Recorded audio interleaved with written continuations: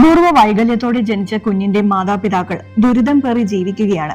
ചികിത്സാ പിഴവ് മൂലം ജീവിതം വഴിമുട്ടിയപ്പോഴും അതിന്റെ കാരണക്കാർ ആയവർ അതേ ആശുപത്രിയിൽ ജോലി ചെയ്യുന്നു.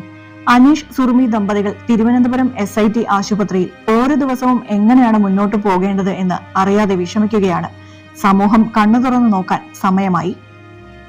ആലപ്പുഴയിൽ ഡോക്ടർമാരുടെ അനാസ്ഥ മൂലം അംഗവൈകല്യത്തോടുകൂടി ജനിച്ച കുട്ടിയുടെ പിതാവാണ് ഞാൻ.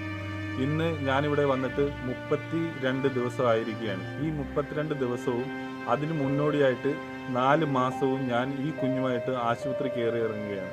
ആലപ്പുഴയിൽ നിന്നും ട്രീറ്റ്മെൻറ്റിനായി SIT തിരുവനന്തപുരത്തേക്ക് കൊണ്ടുവരികയും കുഞ്ഞിനെ വെന്റിലേറ്ററിൻ്റെ സഹായത്തോടു കൂടിയാണ് ഇവിടെ എത്തിക്കുകയുണ്ടായത്. ഇവിടെ വന്നിട്ട് കുഞ്ഞിനെ വെന്റിലേറ്ററിൽ നിന്ന് ഇപ്പോൾ സെമി ICUയിലേക്ക് മാറ്റിയിരിക്കുകയാണ്. കുഞ്ഞിൻ്റെ ഓക്സിജൻ ലെവൽ താഴ്ന്നു പോകുന്നതാണ് മെയിനായിട്ടുള്ള ഇപ്പോഴത്തെ കുഞ്ഞിൻ്റെ പ്രശ്നം. ന്യൂമോണിയ കടുത്തിരുന്നു, ഒരു ബാക്ടീരിയ ഉണ്ടായിരുന്നു, അതിനൊക്കെ ട്രീറ്റ്മെൻറ്റ് ഇവിടുന്ന് കൊടുത്തു എന്ന് പറയുന്നുണ്ട്. എൻ്റെ സാഹചര്യങ്ങൾ ആരും മനസ്സിലാക്കുന്നില്ല. ഞാൻ 5 മാസത്തോളമായി ജോലിക്ക് പോയിട്ട് എൻ്റെ വീടിന് ലോണുണ്ട്. എനിക്ക് ജോലിക്ക് പോകാൻ പറ്റുന്നില്ല. ലോൺ എടുത്താണ് ഞാൻ വാഹനം വാങ്ങിച്ചിരിക്കുന്നത്. കോപ്പറേറ്റീവ് കേരള ബാങ്ക് എന്ന് പറയുന്ന ബാങ്കിൽ ഒരു മാസം 16,000 രൂപ അടുത്ത് ഞാൻ പലിശ മാത്രം അടയ്ക്കുന്നുണ്ട്.